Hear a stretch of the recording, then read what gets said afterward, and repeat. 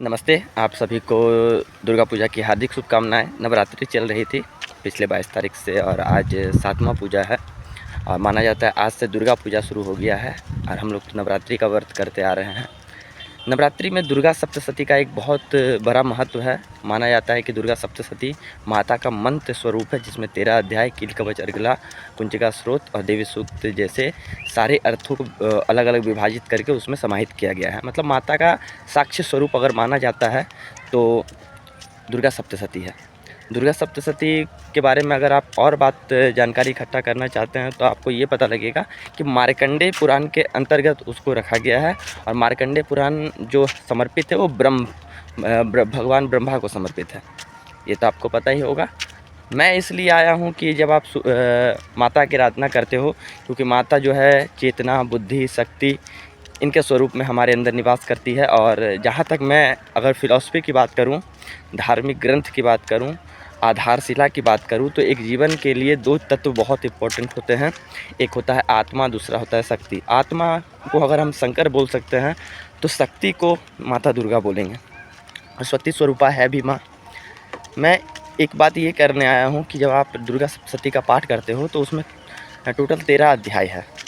13 अध्याय में जब आप प्रथम अध्याय के बारे में अध्ययन करते हो, प्रथम अध्याय के बारे में पढ़ते हो, तो उसमें आपको जानकारी मिलती है कि प्रथम अध्याय में एक भगवान विष्णु शेष शैया पे सो रहे थे और उनके नाभि कमल में जो ब्रह्मा स्थित है वो भी ध्यान में मग्न थे। और उतने में क्या होता है कि विष्णु के कान के मैल से 2 असुर पैदा हो जाते हैं, जिसका नाम था मधु और कैटभ। मधु और कैटभ और पैदा होकर के वो कुछ नहीं, ब्रह्मा को मारने की कोशिश करते हैं और ब्रह्मा को मारने के लिए आगे बढ़ते हैं।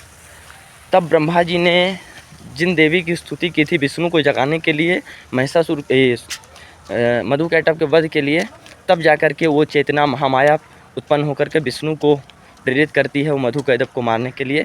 ये प्रथम अध्याय का सार है।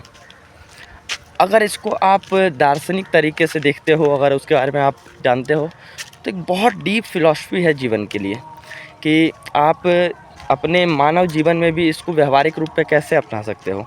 मैं एकदम साधारण तौर पे आपको बताना चाहूँगा, लेकिन सुन लेना, बहुत काम का है। और धार्मिक ग्रंथ यूँ ही नहीं मन के चेतना को जगाने वाला ग्रंथ माना जाता है, कालजयी रचना है ये।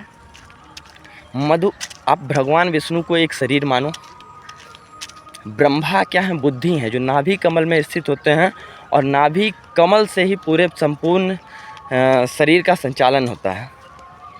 माता को हम लोग पहले भी जानते हैं कि या देवी सर्वभूतेषु शक्ति रूपेण संस्था, नमस्तस्यै नमस्तस्यै नमस्तस्यै नमो नमः। या देवी सर्वभूतेषु चेतना रूपेण संस्था, नमस्तस्यै नमस्तस्यै नमस्तस्यै नमस्तस्यै नमो नमः। या देवी सर्वभूतेषु बुद्धि रूपेण संस्था, या देवी सर्वभूतेषु मातृ रूपेण संस्था। मतलब माता के अनेकों रूप बताए गए हैं, चेतना भी उन्हीं रूपों में एक रूप है। तो भगवान विष्णु को अगर हम एक शरीर मानते हैं तो भगवान के कान के मैल से 2 असुर पैदा होते हैं, मधु और कैटभ। आप ये गौर कर सकते हैं कि कान के मैल से ही क्यों पैदा हुआ, नाक से भी हो सकता था, शरीर के कोई भी भाग से, क्योंकि वो ईश्वर है, कहीं से भी हो सकता है। कान ही से क्यों हुआ? क्योंकि जब आप समाज में देखते हो तो समाज में भी आपको 2 प्रकार के दैत्य नज़र आएंगे जो आपको के कान के द्वारा आपके बुद्धि को भ्रष्ट करना चाहेंगे। मधु का मतलब क्या हुआ, जो मीठा बोलने वाला है, और कैटभ का मतलब क्या हुआ, जो कड़वा बोलने वाला है। ये 2 प्रकार के दैत्य आपको पहला मीठा बोल के आपको इतना मीठा बोलेंगे कि आपकी बुद्धि मतलब ब्रह्मा को भ्रष्ट कर देंगे, ब्रह्मा को मारने की कोशिश करेंगे। और दूसरा जो कड़वा बोलने वाले हैं वो भी आपको इतना कड़वा बोलेंगे कि उससे आपको ही हानि होगी। तो ये 2 प्रकार के दैत्य जो समाज में अभी भी निवास करते हैं वो आपके ब्रह्मा को मतलब आपकी बुद्धि को मारने की कोशिश करेंगे। और जिस दिन आपकी बुद्धि मर जाएगी उस दिन असुर का जीत होगा।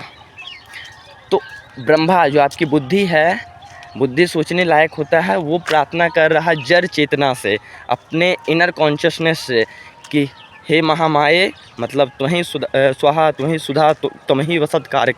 मतलब वो ब्रह्मा जो है वो देवी की आराधना कर रहे हैं, मतलब चेतना की आराधना कर रहे हैं कि शरीर को जगाओ। और ये जो द्वेष राग फैलाने वाले जो 2 असुर हैं उनको शरीर को मतलब विष्णु को बोलो कि आप संभल के उसका अंत करो, मतलब उसको इग्नोर करो। और उसको इग्नोर जिस दिन आप करना सीख जाओगे, आप में माता शक्ति का निवास होगा, मतलब चेतना का वास होगा, बुद्धि में वृद्धि होगी। ये था पहला अध्याय का सार। अगर आपको महिषासुर, शुंभ निशुंभ, रक्तबीज, चंडमुंड ऐसे अनेकों दैत्यों को मिला करके जो फिलॉसफी बनाई गई है हमारे धार्मिक ग्रंथ में, अगर उसको भी अगर आपको जानना है तो ज़रूर बोलना। धन्यवाद।